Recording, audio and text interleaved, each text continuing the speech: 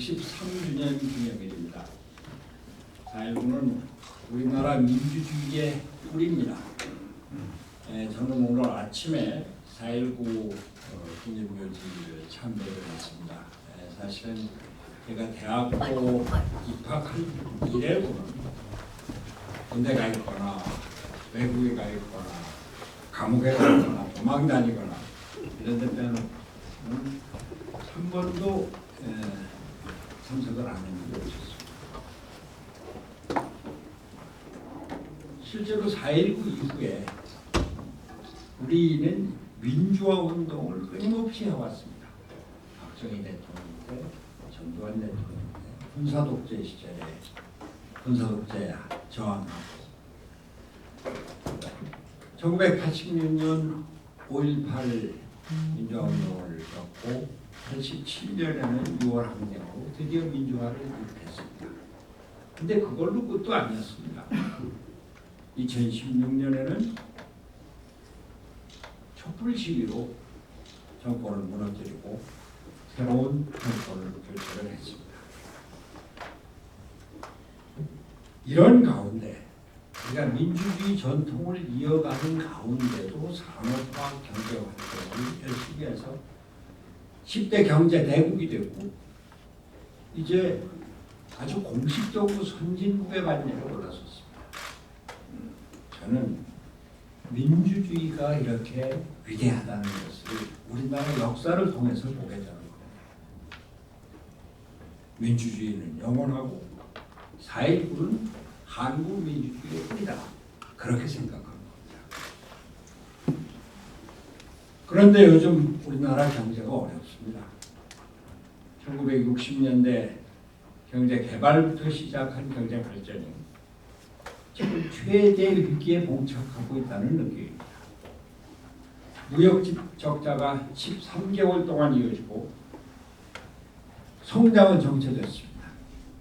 IMF에서는 우리나라 경제 성장률이 1.7%에서 1.6%, 최근에 1.5%까지 낮춰 잡았고 세계 8대 투자은행 IB에서는 8대 은행의 평균치가 우리나라 경제 성장률이 1.1%입니다. 일본의 노무라 정권은 마이너스 0.4%까지 잡았습니다. 미 중간의 패권 전쟁 속에서 바이든 미국 대통령은 반도체 등 전략 산업에 대해서 공급만 되면 가겠다. 공급만 재편이지 모든 것을 미국으로 끌어들이려고 하는 자국 보호 정책, 그 직접적인 피해자가 우리 반도체 산업이고 우리나라 경제인 겁니다. 국제적인 문제뿐만이 아니라 국내적으로도 생산성이 전반적으로 저하돼서 한국 경제가 저성장의 늪에 빠져있는 문제가 있습니다. 무역 적자뿐이 아니라 경상수지 적자도 연속적으로 이어지고 있고 국가 부채가 2,300조를 넘어섰다고 합니다. 가계 부채는 우리 국민들, 서민들의 생활을 궁핍하게 할 뿐만이 아니라 내수를 위축시켜서 돈이 있어야지 물건을 살 거 아닙니까? 내수를 위축시키고 그것이 경제 성장을 가로막는 겁니다. 인구 성장률은 어떻습니까? 작년도 0.78이라고 하는 저출산율, 세계적인 저출산율이죠. 이건 앞으로 우리나라 단기적으로 우리나라 성장을 저해하는 요인이 될 겁니다. 이러한 여러 가지 어려움을 극복해야 되는 건 그건 정치권의 몫입니다. 그런데 정치는 진영 싸움에 매몰이 돼서 전략 산업에 대해서 입법으로 지원하고 재정으로 지원해줘야 되는데 이게 꽉 막힌 겁니다. 미국은 반도체 및 과학법, 인플레이션 그 감축법, IRA 이런 걸 통해서 반도체 첨단 산업에 대해서 지원을 강화하고 있고 일본 마찬가지, 유럽 마찬가지 현금 지원 또 행정 지원을 하고 있습니다. 그런데 우리나라는 어떻습니까? 최근에 K칩스법, 저희 조례 특례 제한법 이것이 3월 31일에 통과되기는 했습니다만, 그러나 그것도 극히 제한적입니다. 그러나 재경부에서 6%에서 8%로 올렸는데 대통령이 뭐냐 그래서 그게 15% 대기업이고 중소기업은 25%. 이게 모두 여야 간의 정쟁 탓입니다. 정치가 경제를 가로막고 있는 겁니다. 진영 정치, 패거리 정치, 팬덤 정치로 규정되고 있는 한국 정치는 민주주의의 요체인 대화와 타협을 거부하고 극한 대결로 갈등만 부추기고 있습니다. 오직 포퓰리스트 경쟁에만 치중하고 있습니다. 언론을 통해서 보셨죠? 예타를 500억에까지만 하게 되는 걸 1000억까지 늘리겠다고 하다가 여론에서 난리가 나니까 보류를 했습니다. 한전이 적자가 엄청나다고 그러죠. 그래도 여당에서 당에서 전기료 인상 좀 보류해달라. 가스 마찬가지입니다. 최근에는 유류값 인하 얘기, 그거 좀 유류값 인상 보류해달라. 이게 다 어디로 갑니까? 국민 세금 부담입니다. 국가 부채가 늘어나는 겁니다.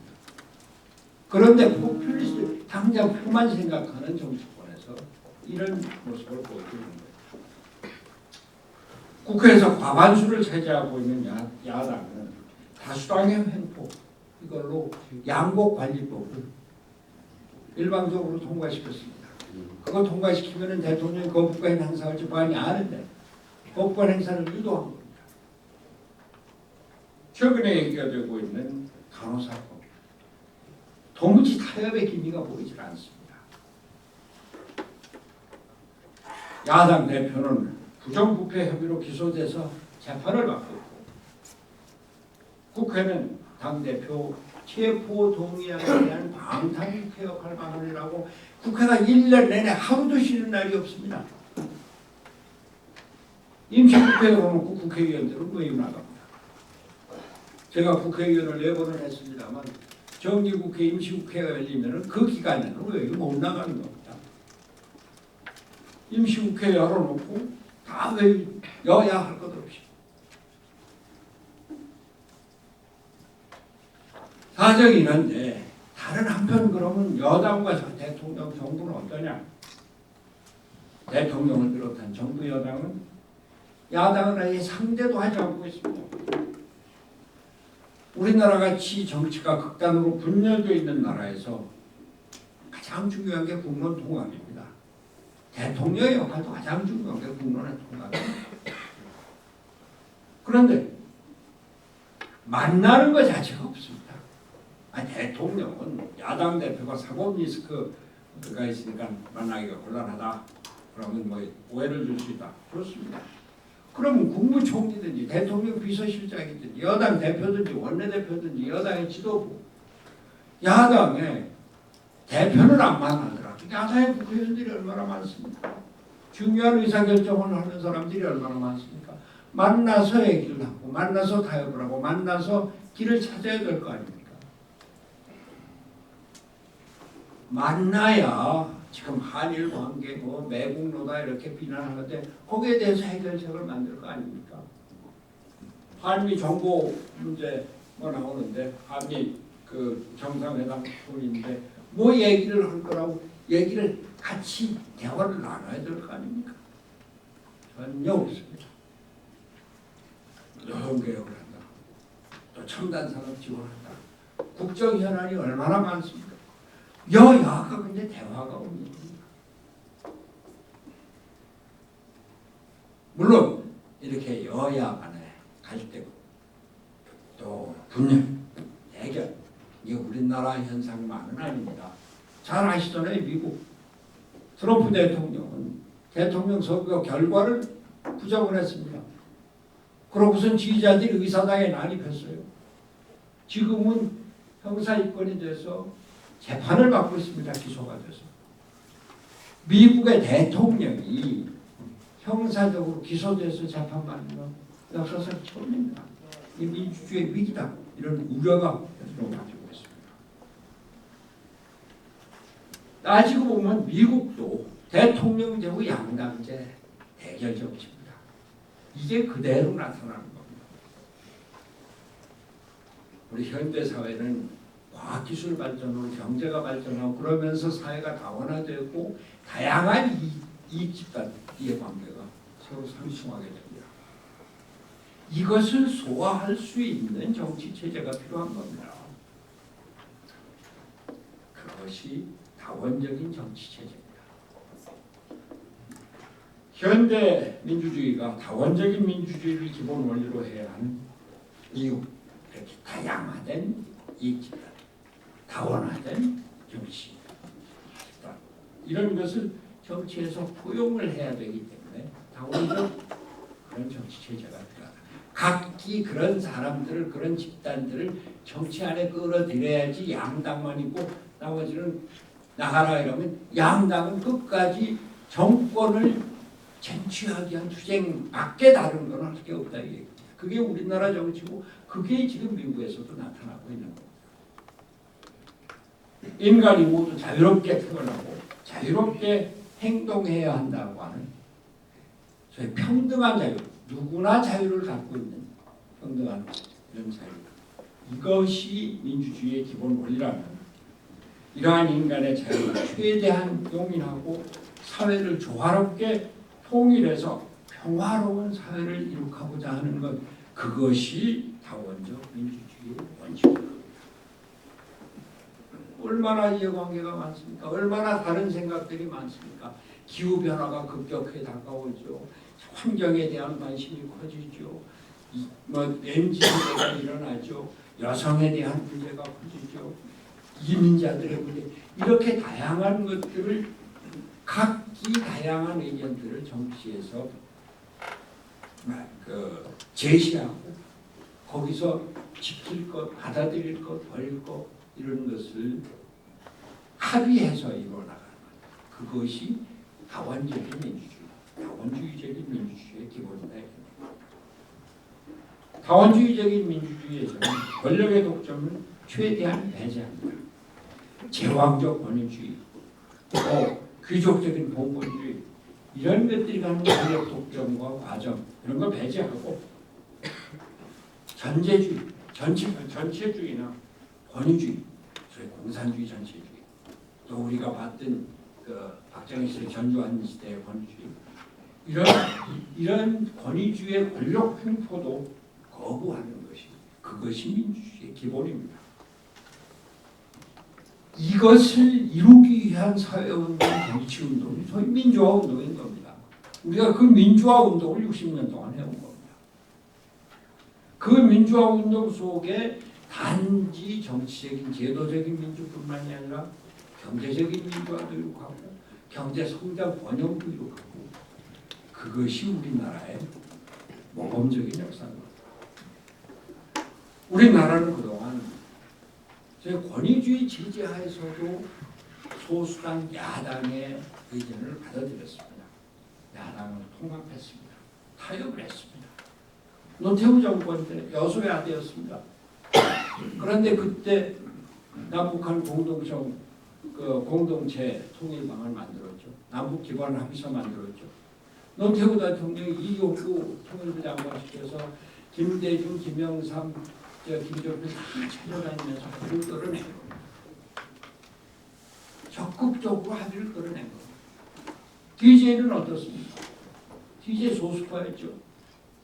자기를 죽이려고 했었던 JP를 끌어들여서 DJP 연합으로 정권을 만들고, 그 JP가 총리로 있을 때 그때 북한에 가서 김정일을 만나서 남북 정상회담하고 결국 노벨상까지 받은 겁니다. 이렇게 우리는 여러 가지 우리의 역사 속에서 상대방을 끌어들이고 대화하고 타협하고 합의를 이끌어내는 그러한 정치를 하고, 그 속에서 민주화와 경제성장을 이룩한 겁니다. 이제 세계 경제 10대 강국으로 성장해서 선진국의 위치에 오른 대한민국은 다원적 민주주의 체제로 정치적인 전환을 해야 합니다. 언제까지 이렇게 대결 정치, 극한 대결의 정치 이것으로만 나를 셀 수가 없습니다. 대통령의 권한을 분산시키고 양당의 치중된 권력을 다원화해서 다양한 이해관계를 정치에 수용해야 합니다. 대통령제 폐지 어렵습니다. 우리는 대통령제에 너무 익숙해 있기 때문에. 그 대통령제 폐지가 불가능하다면 그러면 의회 권력이라도 다원화하자.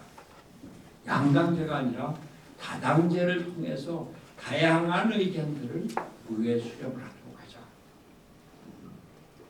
그렇게 해서 의회가 대통령과 권력의 조화를 이룰 때 우리는 제대로 된 다원적 민주주의의 시발을 보일 수 있을 것이다. 그것이 정치체제의 변혁의 첫걸음입니다. 다당제 뭐냐?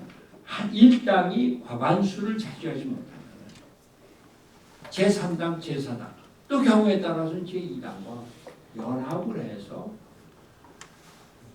연합정부, 연립정부 뭐 지금 정부는 대통령이니까 그 연합정치를 만들어 나가는 겁니다. 그러면은 정책이 통합이 되고 정책이 연속성을 갖게 되는 그런 겁니다.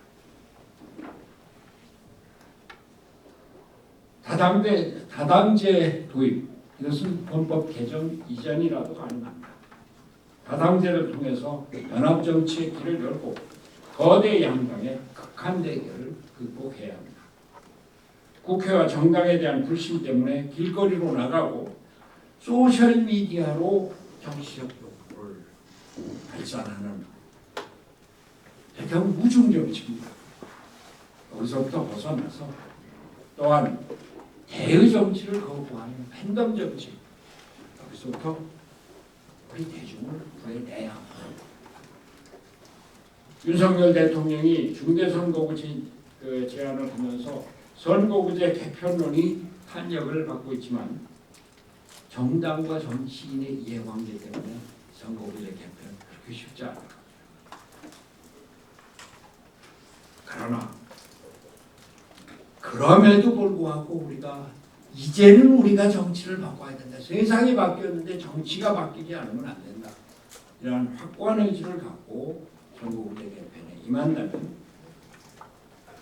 그것이 의회 정치를 살리는 일이 될 것이고 민주주의의 카오스를 극복하는 첫걸음이 될 것입니다.